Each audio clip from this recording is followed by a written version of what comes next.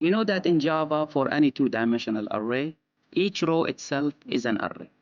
So when a two-dimensional array is called a rugged array, if each row can have different lengths, such an array is known as rugged array. For example, consider the following declaration. Here we are declaring a two-dimensional array called matrix, but in the first row we are having one-dimensional array of size 5. In the second row we have another one-dimensional array of size 4, and so on until the last row, which has one-dimensional array of size 1. Now if you use the dot length instance variable on the name of the matrix, it will give you the number of rows. So here we have 1, 2, 3, we have 4, we have 5 one-dimensional arrays, so matrix.length will give you 5. Now if you use dot length on individual rows, for example matrix 0, which is the first row, dot length, then it will give you 5 for the first row. But it will give you 4 for the second row and 3 for the third row, and so on, because each index variable of the first array is pointing to a one-dimensional array of different size. This is how it is illustrated. Now as you see, the first dimension is an array of 5 elements, so we say we have 5 rows. Each index variable is pointing to a one-dimensional array of different size. The first index variable is pointing to an array of size 5. Second is pointing to an array of size 4, and so on. The last one is pointing to an array of size 5. Therefore, when we use dot length on each row, we are going to have different answers.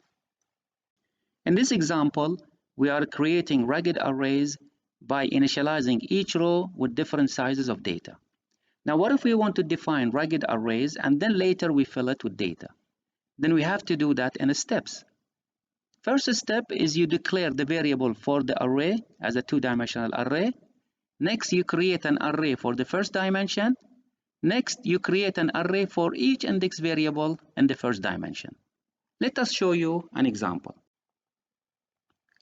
In this example, we want to create a rugged array that has 5 rows, and each row is pointing to a one-dimensional array of different size.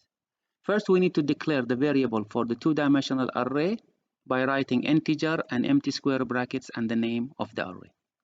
Next, we create an array of size 5, and this is how to do it. Remember that it has two-dimensional array.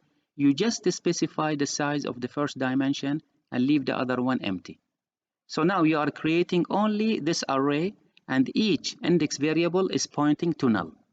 And then you go to individual index variables of the one-dimensional array one by one and create an array of different sizes and assign their references to these index variables.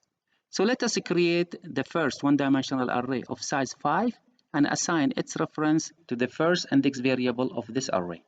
So here we write matrix 0, so we are referring to this index variable, equal to new integer 5.